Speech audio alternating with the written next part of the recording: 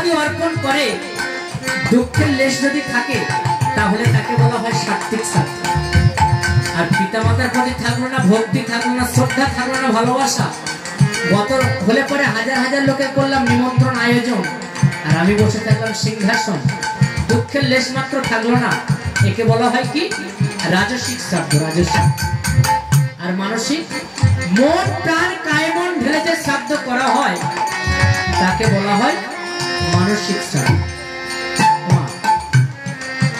শ্রাদ্ধ করলে কি হয় আর না করলে কি হয় সে নিয়ে আছে অনেক কথা।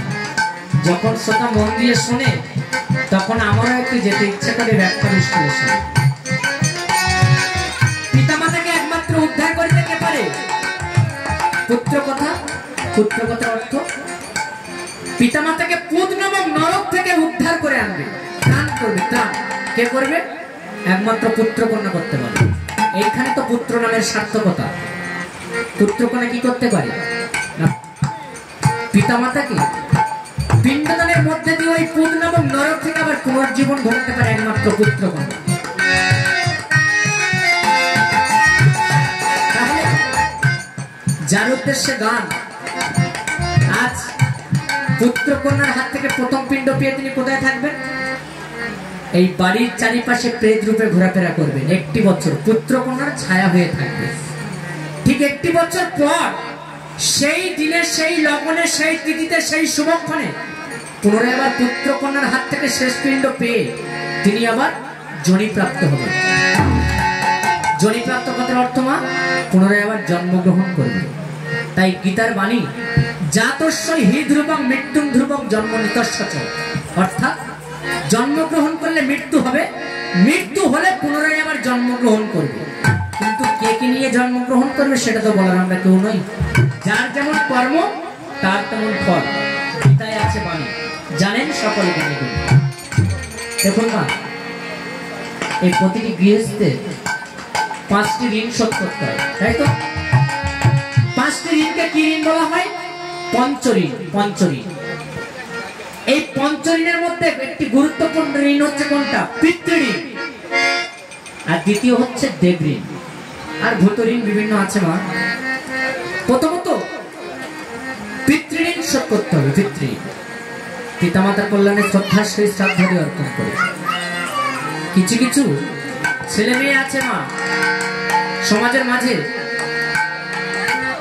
অনেকে মনে করেন ভাবনা আরে মরে গেছে তা কি হবে, গান দিয়ে কি হবে, শ্রাদ্ধ করেও কি হবে। তারা কাদের মধ্যে পড়ে? নাস্তিকতাবাদীর মধ্যে পড়ে। নাস্তিকতাবাদী কারা? যারা ভগবানের প্রতি বিশ্বাস নেই, যাদের ভগবানের প্রতি আত্মবিশ্বাস নেই, ধ্যান ধারণা নেই, তারা হলো নাস্তিকতাবাদী। তারা বলে পিতামাতা মরে গেছে তা কি হবে, শ্রাদ্ধাদি অর্পণ করে। ভালো কথা বাবা, পিতৃধর্মের অধিকারী হব আমি। পিতা আমাকে রেখে গেছে কি করতে? ওই পিতৃধর্মের অধিকারী তো আমি হব না, তাই তো? ওই ধন সম্পদ তো আমি সবকিছু ভোগ করব। আর আমি যদি পিতামাতার কল্যাণে যদি শ্রদ্ধার সহিত শ্রাদ্ধাদি না অর্পণ করি তাহলে আমি মানুষের মধ্যে পড়লাম। হ্যাঁ পড়লাম না?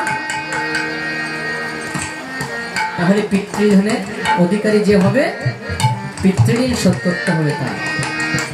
আর বিভিন্ন জায়গায় তোমার যজ্ঞ হয়। যজ্ঞ কারে বলে? যজ্ঞ কথার অর্থ না দেবতাদের সন্তোষ বিধানের জন্য বেদ বিহিত যে ক্রিয়াকর্মাদি করা হয় তাকে বলা হয় যজ্ঞ, তাই তো? দেবতাদের সন্তোষ বিধানের জন্য বেদ বিহিত যে ক্রিয়াকর্মাদি তাকে বলা হয় যজ্ঞ। আছে অনেক কথা, যদি নীরবে আছেন শ্রোতা, যখন শ্রোতা মন দিয়ে শোনে তখন আমার একটু যেতে ইচ্ছে করে। দান করলে পুণ্য হয়, আবার দান করলে মা পাপও হয়, তাই তো? তাহলে একটা প্রশ্ন তো জাগে সবার মধ্যে, দান করলে কেন পাপ হয়? আপনি হয়তো কোথাও যাচ্ছেন, যেতে যেতে আপনার সম্মুখে কোনো দুর্ভিক্ষ অসহায় মানুষের দেখা হলো, আপনার মনে হলো ধারণা লোকটি অসহায় অনিদ্রায় খেতে পায় না। আপনার মনে হলো ধারণা পকেট থেকে হয়তো 20টি টাকা তাকে দান করলেন। সেই ব্যক্তি যদি সেই 20 টাকা নিয়ে যদি বাজে কাজে ব্যবহার করে তাহলে এটা কি আপনার পুণ্য হলো? পাপ হবে, তাই তো? আর পুণ্য কোনটা? আপনি যদি কোনো কীর্তনিয়া কিংবা কোনো রামায়ণ সম্প্রদায় কিংবা কোনো হরিনাম সম্প্রদায়কে যদি 10 টাকা দান করে, সেই টাকার এক অংশ সেই ব্যক্তি কি করবে না, এক অংশ ভগবানের কাজে লাগাবে, আবার এক অংশ সৎভাবে ব্যবহার করবে, সৎভাবে, তাই তো? তাই শাস্ত্রে আছে কি দেখুন, সৎ পাত্রে কন্যা দান, তাই তো বলা হয় কন্যার পিতা সেই জন্য জ্ঞানী বর চাই, তারা জ্ঞানী বর চাই।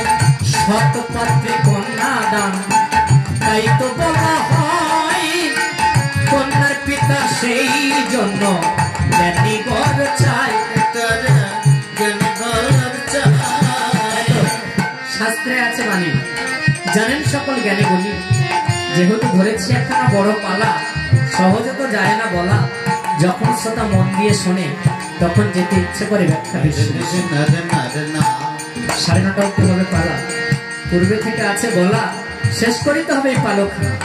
এসব কথা রেখে আসল কথা যাই, এসব কথা রেখে আসল কথা যাই। অযোধ্যাতে যোগ্য করবেন রাম গোলকের গোসাই, গোলকের গোসাই। কীর্তিপাশ পণ্ডিতের জন্ম শুভক্ষণ, জয় ধ্বনি দিয়ে হরি হরি বলবেন সর্বপ্রথম।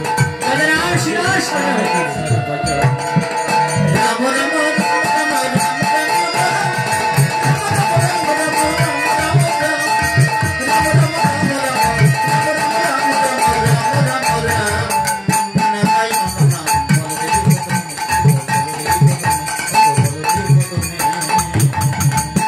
দয়াময় রামচন্দ্র করেছে মহতি যজ্ঞের আয়োজন। মুনি ঋষিদের কাছে বললেন, করজোড়ে গো মুনি ঋষিগণ, যাহাতে আমার যজ্ঞ পূর্ণ হয় তার ব্যবস্থা করবেন এখন। মুনি ঋষিগণ বললেন, শুনুন রঘুপতি, মনের মতো তোমার পত্র লিখতে হবে একখানি। পত্রখানে এমন ভাবে লিখবে এর ছায়া যেখানে পড়বে সেখানে যুদ্ধ বিগ্রহ না হয়ে ছাড়বে। তাই দয়াময় রামচন্দ্র ক্ষণকাল চিন্তা করার পর মনের মতো একখানা পত্র লিখেছে। পত্রখানা কি লিখেছে?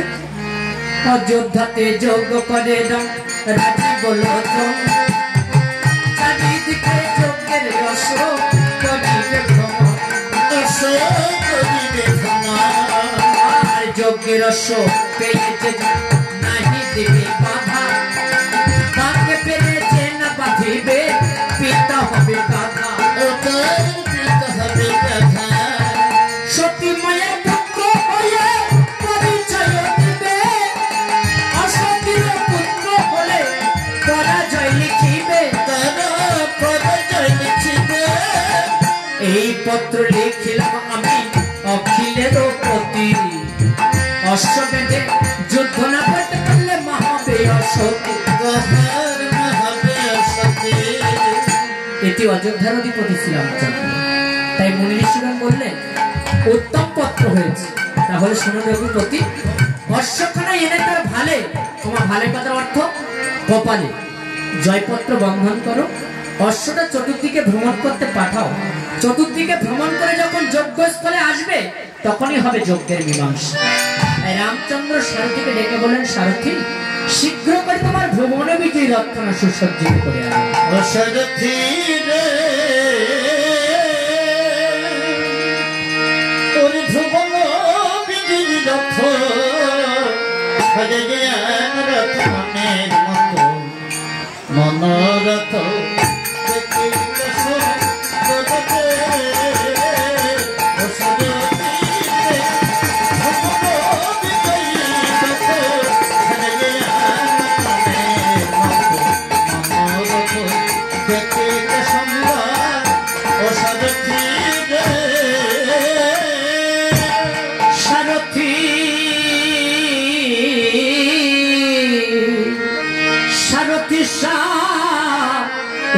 বলে রাজা হাতে দিল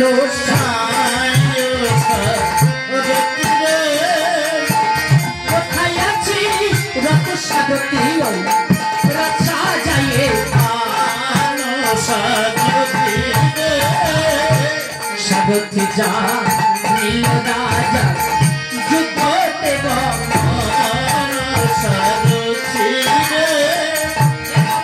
নিয়ে রথ সারথি কবিল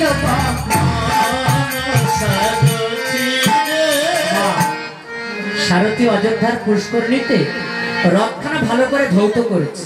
পুষ্করিণীতে সভা, তাই সারথি নিজের মুখে বর্ণনা করে বলছে, দেখো সোহনারে জল সোনারে স্থলে সোনারে পুষ্প হরণ, দেখো সোহনারে জল সোনারে স্থলে সোনারে পুষ্প হরণ, সোনারে জলে রয়েছে কত সোহনারে পাগলে বসাবে, এবার পুকুরে রতিরে সেবেছে কত সোনারে বাদ বসাবে, কেলি করেছে কত সোনারে মাছ বসাবে, সোনারে মনুষ্য বসে পুকুরে রতিরে বসাবে,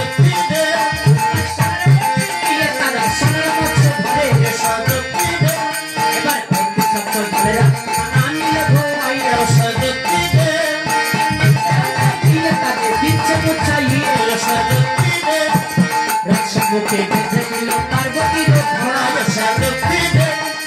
ঘোড়ার গলায় বেঁধে দিল মিলন কাঠের দোড়া, আসতে ভালো দিল নির্মল সিঁদুর,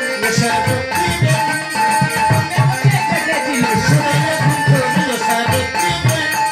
ঠাকুর গুরু বাজনা কাজে ঘোড়াটি গলায়, ঘোড়া উড়ে সারথি